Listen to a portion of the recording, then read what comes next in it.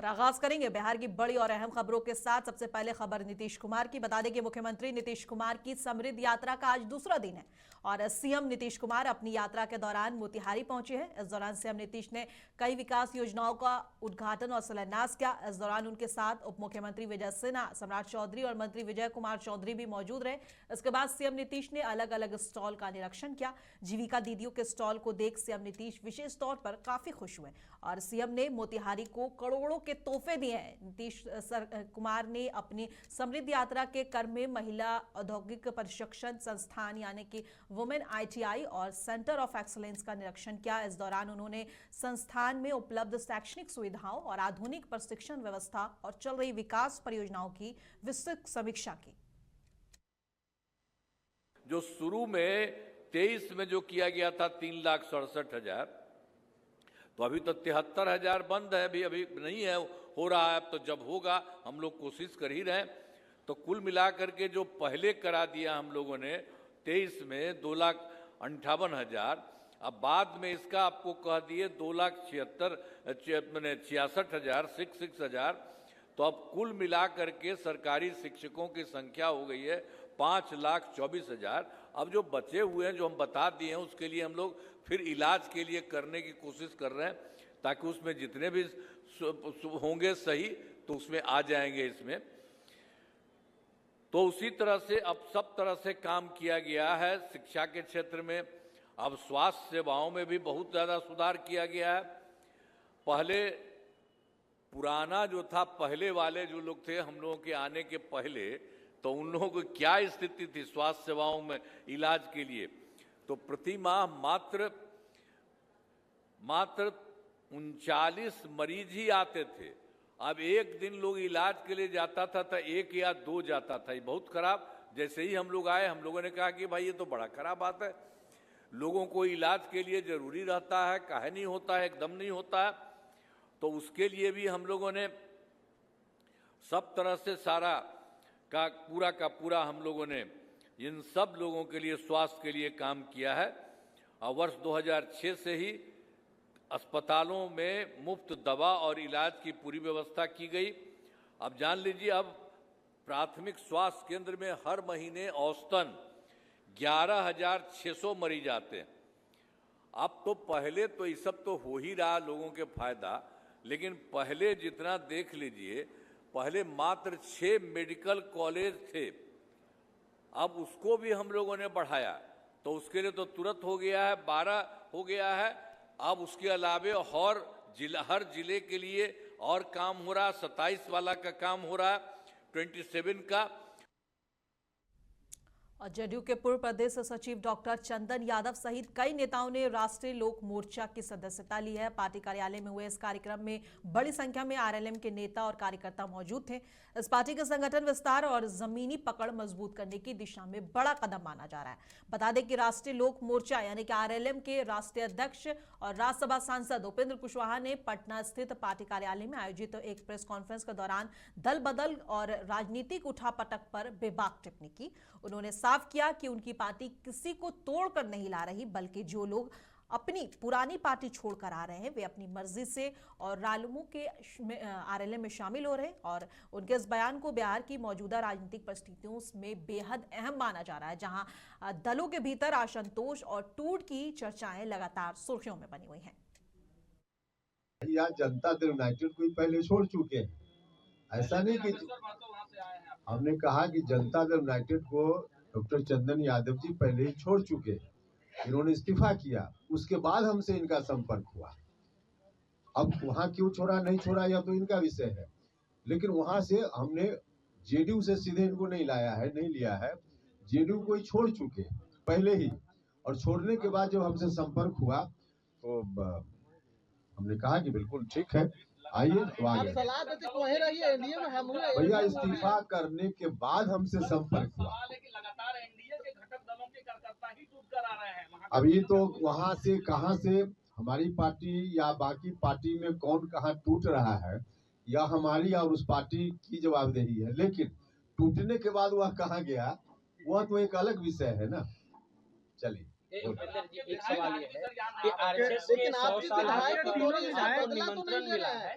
RSS के 100 साल होने पर आपको निमंत्रण मिला है, जिसको लेकर के सोशल मीडिया पर आपकी आलोचना हो रही है। लोग कह रहे हैं कि आप समाजवादी हैं या आप भी एक कोटा संघ का रखते हैं। भैया जौहर साहब जैसा समाजवादी कौन हुआ? आवश्यकता पड़ने पर राजनीति में दोस्ती होती है, और कहीं किसी के कार्यक्रम में कोई शामिल होकर कोई बात, हम लोग जाते हैं कहीं और हम लोगों की सभा में लोग भाषण सुनने आते हैं तो सब राष्ट्रीय लोग मोर्चा हो जाते हैं। और बिहार चुनाव में हार के 2 महीने बाद राष्ट्रीय जनता दल की समीक्षा शुरू हो चुकी है। इसको लेकर तेजस्वी यादव के नेतृत्व में पार्टी के शीर्ष नेताओं की बैठक शुक्रवार को भी हुई, और इस बीच लालू परिवार के भीतर से उठे एक पोस्ट ने सियासी हलकों में हलचल मचा दी। लालू प्रसाद यादव की बेटी रोहिणी आचार्य ने सोशल मीडिया पर ऐसा कटाक्ष किया जिससे तेजस्वी यादव की अध्यक्षता में हुई समीक्षा बैठक की दिशा और मंशा दोनों पर सवाल खड़े कर दिए। बता दें कि रोहिणी ने सोशल मीडिया पर पोस्ट करते हुए कहा कि समीक्षा का दिखावा करने से ज्यादा जरूरी खुद आत्ममंथन करने और जिम्मेदारी लेने की है। अपने इर्द गिर्द कब्जा जमाए बैठे चिन्हित गिद्धों को ठिकाने लगाने का साहस दिखाने के बाद ही किसी भी प्रकार की समीक्षा की सार्थकता साबित होगी। बाकी तो ये जो पब्लिक है ना, वो सब जानती है, जनता है और समझती है। उन्होंने ऐसा पोस्ट किया है।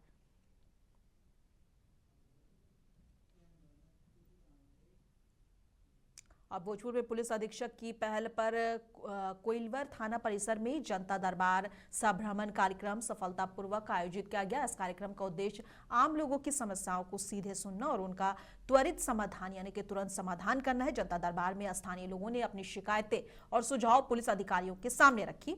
पुलिस ने उन्हें विधि सम्मत कार्रवाई की जानकारी दी और जल्द समाधान का आश्वासन भी दिया है। कार्यक्रम के दौरान थाना क्षेत्र का भ्रमण भी किया गया, जिसमें सुरक्षा और कानून व्यवस्था की समीक्षा की गई।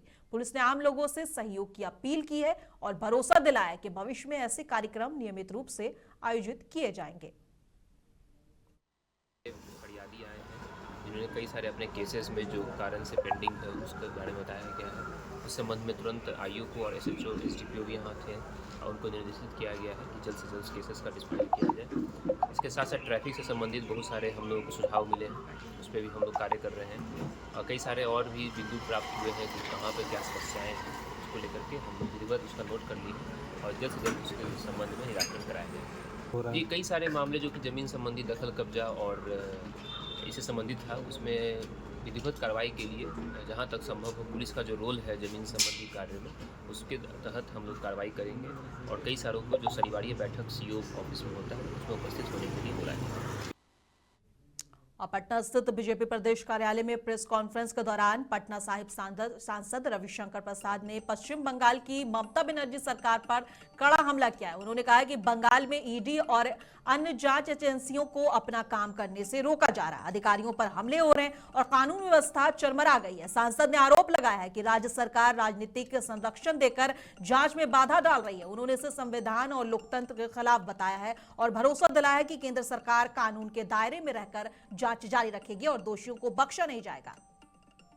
पटना के अपने पत्रकार मित्रों को एक स्मरण में दिलाना चाहूंगा, बहुत लोगों को जानकारी होगी कि चारा घोटाले में लालू जी के खिलाफ कार्रवाई में हम लोग सक्रिय थे तो सीबीआई को रोज गाली पड़ते थे कुछ सारे लोग, बाकी होता था, लेकिन कभी पटना के सीबीआई के दफ्तर में आरजेडी के लोगों ने हमला नहीं बोला। ये स्वीकारना पड़ेगा। बाद में सजा हो गई, अलग बात है, उसकी चर्चा आज करने की जरूरत नहीं है। लेकिन ये पहली बार हुआ है कि एक सिटिंग चीफ मिनिस्टर एक भ्रष्टाचार के मामले में, मनी लॉन्ड्रिंग के मामले में, कोयला स्मगलिंग को लेकर ईडी जांच कर रही है और वहां जाकर जाए, जबरदस्ती रोके, फाइल छीन ले और बाकी डॉक्यूमेंट्स लेकर के आए।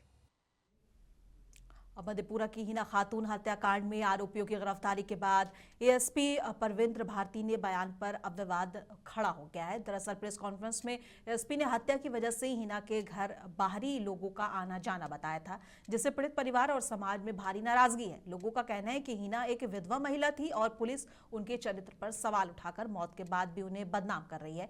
इससे उनके मासूम बच्चों का भविष्य खतरे में पड़ गया है। स्थानीय लोगों ने पुलिस के बयान की कड़ी निंदा की है और कोसी प्रमंडल के के डीआईजी के पूरे मामले में निष्पक्ष जांच की मांग की। वहीं बिहार राज्य अल्पसंख्यक आयोग ने भी पुलिस की भूमिका पर सवाल उठाते हुए उच्च स्तरीय जांच की मांग की है। फिलहाल पुलिस की बयान से इलाके में आक्रोश का माहौल है और लोगों ने चेतावनी दी है कि अगर इंसाफ नहीं मिला तो वे सड़क पर उतरकर आंदोलन करेंगे। हत्या का कारण अभी आपसी जो वहाँ पर जो है लोकल इश्यूज कुछ था और महिला की वीटो थी, बहुत लोग उसके आना जाना करते थे, उसी में लोग आपसी राइवलरी में महिला के साथ घटना किया। उसके यहाँ बाहरी लोगों का आना जाना था, इस पे क्या कहना ये बुनियाद है, ऐसा कुछ नहीं है। हम लोग गांव समाज का रहने वाले सब देखते, कब हम लोग तो कभी नहीं देखे। पुलिस वाला कहाँ से देख लिया, आप तो वही बतावे। ठीक ना, आप देखे? नहीं, कभी नहीं देखे। कभी नहीं देखे। इतने लोग जो यहाँ पे खड़े हैं, कोई देखे हैं क्या? सब गलत है। हाँ, क्या बोला? गलत बोल रहा है। सब गलत बोल रहा है। आप पुलिस की बात को झूठा साबित एकदम झूठा साबित करते हैं। अभी तक कोई रिपोर्ट नहीं मिला है कि कैसे मारा, क्या हुआ नहीं हुआ, अभी तक कोई रिपोर्ट नहीं मिला है।